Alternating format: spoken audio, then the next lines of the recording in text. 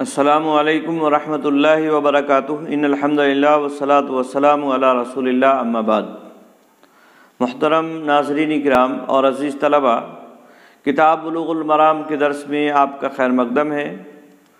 آج ہم ایک نیا باب شروع کریں گے، باب الحیض۔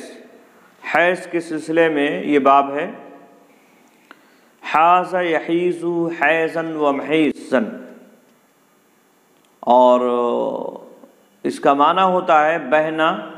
جاری ہونا لغوی اعتبار سے، اور اصطلاحی اعتبار سے حیض اس خون کو کہتے ہیں جو بالغہ عورت کے رحم سے جاری ہوتا ہے، مخصوص ایام میں ہر مہینہ بغیر کسی بیماری اور ولادت کے۔ آئی بات سن میں؟ یعنی حیض اس خون کو کہیں گے جو بالغہ عورت کے رحم سے بغیر کسی بیماری کے مخصوص ایام میں ہر مہینہ یا اس کی عادت کے مطابق جاری ہوتا ہے۔ اور اس کی حقیقت یہ ہے کہ اللہ رب العالمین نے عورت کے رحم میں کچھ خونی رطوبتیں پیدا فرمائی ہیں جو بچے کے لیے بچے دانی میں غذا کا کام کرتی ہیں اور ناف کے راستے سے اس کو غذا پہنچاتی ہیں۔ اور جب عورت وضع حمل کے ذریعے سے بچے کی ولادت ہو جاتی ہے تو وہی خونی رطوبتیں دودھ کی شکل میں بچے کی غذا کا ذریعہ بنتی ہیں۔ یہی وجہ ہے کہ عورت حالت حمل میں یا اسی طرح سے حالت رضاعت میں جس وقت وہ دودھ پلا رہی ہوتی ہے حیض سے کم ہوتی ہے۔ آئی بات میں؟ تو رحم مادر میں کچھ جھلیاں ہیں اور ان میں یہ حیض کا خون اکٹھا ہوتا رہتا ہے، اور وہ جھلیاں جب بھر جاتی ہیں ایک مدت میں تو ان جھلیوں کے پھٹنے کی وجہ سے یہ خون رحم مادر سے جاری ہو جاتا ہے، اور جب طہارت ہو جاتی ہے تو پھر سے وہ جھلیوں میں بھرنا شروع ہو جاتا ہے، اور ایک مدت کے بعد پھر اس میں اسی طرح کی کیفیت طاری ہوتی ہے اور وہ پھٹ جایا کرتی ہیں۔ اور جب بچہ رحم مادر میں ٹھہر جاتا ہے تو پھر وہ خون جو جھلیوں میں جمع ہوتا ہے ناف کے ذریعے سے بچے کے اندر غذا کا کام کرتا ہے۔ آئی بات میں؟ تو یہ اللہ رب العالمین کی قدرت ہے کہ اس نے رحم مادر میں بچے کی غذا کا انتظام کیا ہے، اور اسی طرح سے اس کے رحم مادر سے نکلنے کے بعد دودھ کی شکل میں اس کی غذا کا انتظام کیا ہے انہی خونی رطوبتوں کی وجہ سے۔ تو باب الحیض میں سب سے پہلی حدیث حضرت عائشہ رضی اللہ تعالی عنہ سے بیان فرماتی ہیں، کہتے ہیں مؤلف، وعن عائشہ رضی اللہ تعالی عنہ قالت ان فاطمہ بنت ابی حبیش قانت تستحاض فقال لها رسول اللہ صلی اللہ علیہ وسلم ان دم الحیض دم اسود یورف فاذا كان ذلك فامسكي عن الصلاة فاذا كان الاخر فتوضئي وصلي، رواہ ابو داود والنسائی وصححہ ابن حبان والحاکم واستنکرہ ابو حاتم۔ حضرت عائشہ رضی اللہ تعالی عنہ سے مروی ہے، وہ بیان فرماتی ہیں، قالت انہوں نے کہا، ان فاطمہ بنت ابی حبیش رضی اللہ تعالی عنہ کانت تستحاض،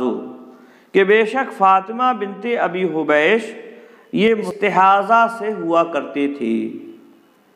یعنی استحاضہ کا خون انہیں آیا کرتا تھا۔ اور استحاضہ کا خون کیا ہوتا ہے؟ یہ کسی بیماری کی وجہ سے رحم مادر سے یا اسی طرح سے رحم مادر کے علاوہ کہیں دوسری جگہ سے شرمگاہ میں سے خون نکلتا ہے کسی رگ کے پھٹ جانے کی وجہ سے، تو یہ ایک طرح سے بیماری وغیرہ کا خون ہوا کرتا ہے۔ تو حضرت فاطمہ بنت ابی حبیش رضی اللہ تعالی عنہ کو استحاضہ کا خون آیا کرتا تھا۔ فقال لها رسول اللہ صلی اللہ علیہ وسلم، تو اللہ کے نبی صلی اللہ علیہ وسلم نے ان سے فرمایا، یعنی انہوں نے آپ صلی اللہ علیہ وسلم سے اس سے متعلق سوال کیا، استفتاء طلب کیا، آپ صلی اللہ علیہ وسلم سے پوچھا اس کے بارے میں کہ اس کا کیا حکم ہے، کیا میں نماز سے رکی رہوں، نماز پڑھوں یا نہ پڑھوں، کیا اس کے سلسلے میں شریعت کہتی ہے؟ تو اللہ کے نبی صلی اللہ علیہ وسلم نے فرمایا ان سے، ان دم الحید دم اسود یورف، کہ بے شک حیض کا خون یہ کالا ہوتا ہے، دم اسود کالا ہوتا ہے، یورف پہچانا جاتا ہے، ان جو حیض کا خون ہوتا ہے یہ کالا ہوتا ہے اور پہچانا جاتا ہے۔ یورف، یا تو اسے یورف پڑھا جائے معرفہ سے، اور ایسی صورت میں معنی ہوگا یعنی پہچانا جاتا ہے، یعنی عورتیں معنی ہوگا یعنی عورتیں اسے جانتی ہیں، یعنی یہ جو خون ہوتا ہے عورتیں اسے جانتی ہیں کہ یہ حیض کا خون ہے اور یہ استحاضہ کا خون ہے۔ اور اسی طرح سے اسے جو ہے یورفو بھی پڑھا گیا، یورفو باب فعال سے، اور معروف کا صیغہ، اور ایسی صورت میں اس کا معنی ہوگا یورفو یعنی بو ہوتی ہے اس کے، یعنی کالا ہوتا ہے اور اس کی بو ہوتی ہے، یعنی اس کے اندر ایک طرح کی ناپسندیدہ بو پائی جاتی ہے، اور اس کی وجہ سے اسے پہچان لیا جاتا ہے۔ تو حیض کا خون یہ کالا ہوتا ہے اور پہچانا جاتا ہے، ایک معنی تو حدیث کا یہ ہو گیا، اور دوسرا معنی اس ٹکڑے کا یہ ہے کہ حیض کا خون سیاہ ہوتا ہے اور بدبودار ہوتا ہے، یعنی اس کے اندر بو ہوتی ہے، تو بو کے ذریعے سے پہچان لیا جاتا ہے، یورفو یعنی بدبودار ہوتا ہے۔ دونوں معنی اس کے کیے گئے۔ اس کے بعد آپ صلی اللہ علیہ وسلم نے فرمایا فَإِذَا كَانَ ذَلِكِ، اگر اس طرح سے ہو، یعنی خون جو ہے اس طرح سے ہو کہ وہ جو ہے بدبودار ہے، سیاہ ہے، کالا ہے، فَامْسِكِي عَنِ الصَّلَاةِ، تو تم نماز سے رک جاؤ، یعنی نماز پڑھو نہیں، کیونکہ نماز کے لیے طہارت شرط ہے، اور یہ خون جو آتا ہے اس کی وجہ سے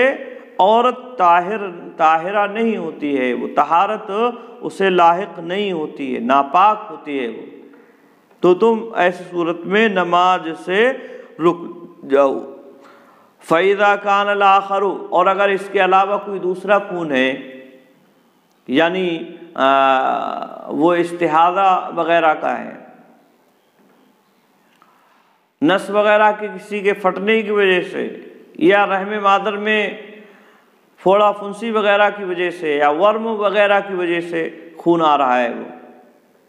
تو ایسی صورت میں آپ نے فرمایا فَتَوَضَّئِ وَصَلِّ، تم وضو کرو اور نماز پڑھو، یعنی پھر نماز معاف نہیں ہوگی، وضو کرنا ہوگا ہر نماز کے لیے، اور اسی طرح سے نماز پڑھنا ہوگی۔ رواہ ابو داؤد والنسائی، اس کو امام ابو داؤد اور امام نسائی دونوں نے روایت کیا ہے، اور ابن حبان اور حاکم نے اسے صحیح قرار دیا ہے۔ واستنکرہ ابو حاتم نے اس روایت کو منکر قرار دیا ہے۔ منکر کہنے کی اس میں ایک تو سند کی وجہ سے منکر اس کو قرار دیا گیا ہے، اور وہ یہ کہ حضرت عروہ اس روایت کو کبھی حضرت عائشہ رضی اللہ تعالیٰ عنہ کے حوالے سے بیان فرماتے ہیں، اور کبھی اس روایت کو حضرت فاطمہ بنت ابی حبیش رضی اللہ تعالیٰ عنہ کے حوالے سے بیان فرماتے ہیں، اور ظاہر سی بات ہے اگر فاطمہ کے حوالے سے روایت کر رہے ہیں تو یہ مسند فاطمہ میں شمار کی جائے گی، اور اگر یہ حضرت عائشہ رضی اللہ تعالیٰ عنہ کے حوالے سے بیان کر رہے ہیں تو ایسی صورت میں یہ مسند عائشہ میں شمار ہوگی۔ لیکن اس وجہ سے اس روایت کو ضعیف قرار دینا یا اسے مضطرب کہنا یہ درست نہیں ہے، اور وہ یہ اس وجہ سے درست نہیں ہے کیونکہ حضرت عروہ نے حضرت فاطمہ یا اسی طرح سے حضرت عائشہ رضی اللہ تعالیٰ عنہ دونوں کو پایا ہے اور دونوں سے وہ روایت کر سکتے ہیں، لہذا انہوں نے دونوں سے روایت کیا ہے۔ کبھی وہ حضرت عائشہ رضی اللہ تعالیٰ عنہ کے حوالے سے بیان کرتے ہیں، کبھی وہ حضرت فاطمہ بنت ابی حبیش رضی اللہ تعالیٰ عنہ کے حوالے سے بیان کرتے ہیں، تو اس میں کسی بھی طرح کی کوئی پریشانی نہیں ہے۔ اگر راوی دو لوگوں سے روایت کر رہا ہے اور دونوں روایتیں اس نے سنی ہوں اور اس کا امکان ہے، تو ایسی صورت میں کسی طرح کی روایت میں کمزوری نہیں ہوتی ہے، بلکہ یہ تو مزید تقویت کا باعث ہے، آئی بات میں، بلکہ یہ تو اس کی مزید تقویت کا باعث ہوگی کہ دو راویہ اس کی جو ہے حضرت فاطمہ بھی اسی بات کو بیان کر رہی ہیں اور حضرت عائشہ رضی اللہ تعالیٰ عنہ بھی اس کو بیان کر رہی ہیں، آئی بات میں، تو یہ تو ایک طرح سے تقویت کا سبب ہوگی نہ کہ روایت کے ضعیف ہونے کا۔ اسی طرح سے یہ روایت صحیحین وغیرہ میں بھی موجود ہے، لیکن صحیحین میں جو حدیث ہے اس میں اسود یورف یہ جو ہے الفاظ صحیحین میں موجود نہیں ہیں۔ اس بنیاد پر بھی اس پہ کلام کیا گیا ہے کہ صحیحین کی روایت کے خلاف ہے، تو یہ اس حدیث پر علماء نے بعض نے یہ کلام کیا ہے اور اسے ضعیف کہا ہے، جیسا کہ ابو حاتم نے اس کو منکر قرار دیا، جبکہ علماء کی ایک بڑی جماعت اس کو صحیح قرار دیتی ہے، جیسا کہ ابن حبان اور حاکم کے حوالے سے بھی یہاں بیان کیا گیا کہ یہ روایت جو ہے ابن حبان اور حاکم وغیرہ نے صحیح قرار دی ہے۔ تو یہ حدیث اس بات کی دلیل ہے کہ حیض کا خون یہ پہچانا جاتا ہے، یعنی اس کی تمیز کی جا سکتی ہے، آئی بات میں، اور یہ ممتاز ہوتا ہے استحاضہ کے خون سے، لہذا اگر استحاضہ کا خون ہے، حیض کا خون ہے، تو عورت نماز سے رکی رہے گی، نماز نہیں پڑھے گی، اللہ رب العالمین نے اس سے نماز کو معاف کر دیا ہے، نماز کی اسے قضا بھی نہیں کرنی ہے، اور اسی طرح سے روزے سے بھی وہ رکی رہے گی، لیکن روزے کی اس کو بعد میں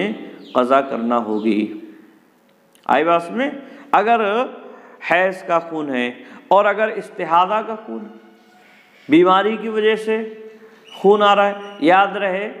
رحم مادر سے جو خون جاری ہوتا ہے یا عورت کی شرمگاہ سے جو خون جاری ہوتا ہے اس کے مختلف اسباب ہوتے ہیں، ایک تو یہ حیض کا خون ہے جو ہر مہینہ مخصوص ایام میں مخصوص دنوں میں جاری ہوتا ہے، اسی طرح سے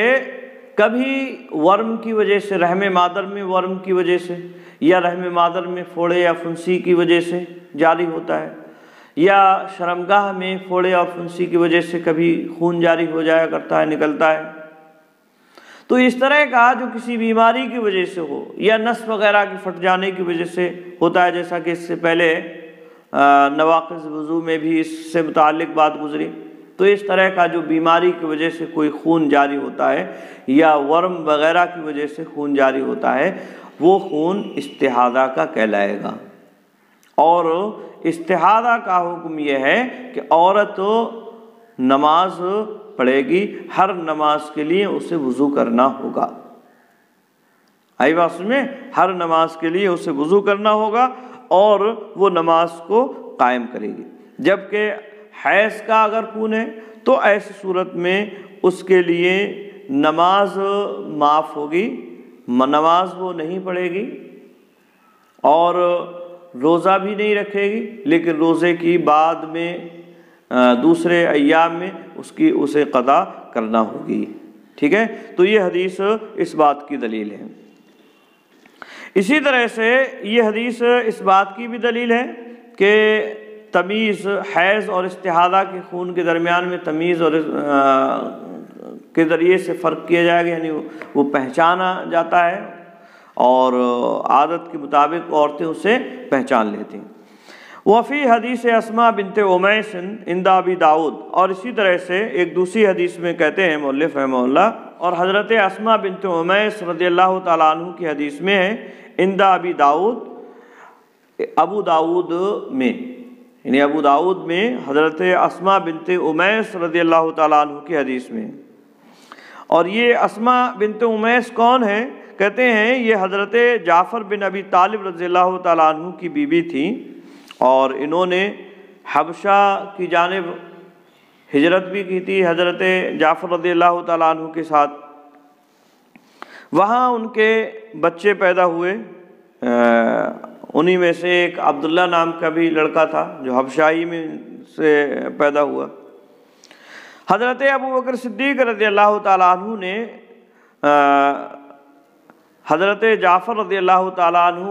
کی شہادت کے بعد، جو موتا میں ان کی شہادت ہو گئی تھی جنگ موتا میں، تو حضرت ابوبکر صدیق رضی اللہ تعالیٰ عنہ نے ان سے شادی کر لی تھی، اور انہی سے محمد بن ابی بکر پیدا ہوئے ہیں۔ اور حضرت ابوبکر صدیق رضی اللہ تعالیٰ عنہ کی وفات کے بعد ان سے حضرت علی ابن ابی طالب رضی اللہ تعالیٰ عنہ نے نکاح کر لیا تھا، اور حضرت علی سے ان کا ایک لڑکا یحییٰ تھے، یحییٰ ابن علی۔ حضرت عمر رضی اللہ تعالیٰ عنہ اپنی خلافت کے زمانے میں ان سے خوابوں کی تعبیر حضرت عمر رضی اللہ تعالیٰ عنہ ان سے پوچھا کرتے تھے۔ حضرت علی رضی اللہ تعالیٰ عنہ کے بعد ان کا انتقال ہوا، یعنی حضرت علی رضی اللہ تعالیٰ عنہ کے بعد ان کا انتقال ہوتا ہے۔ تو حضرت اسماء بنت امیس کی روایت میں ہے ابو داؤد کے یہاں، وَلْتَجْلِسْ فِي مِرْكَنٍ، چاہیے کہ وہ بیٹھے، یعنی عورت،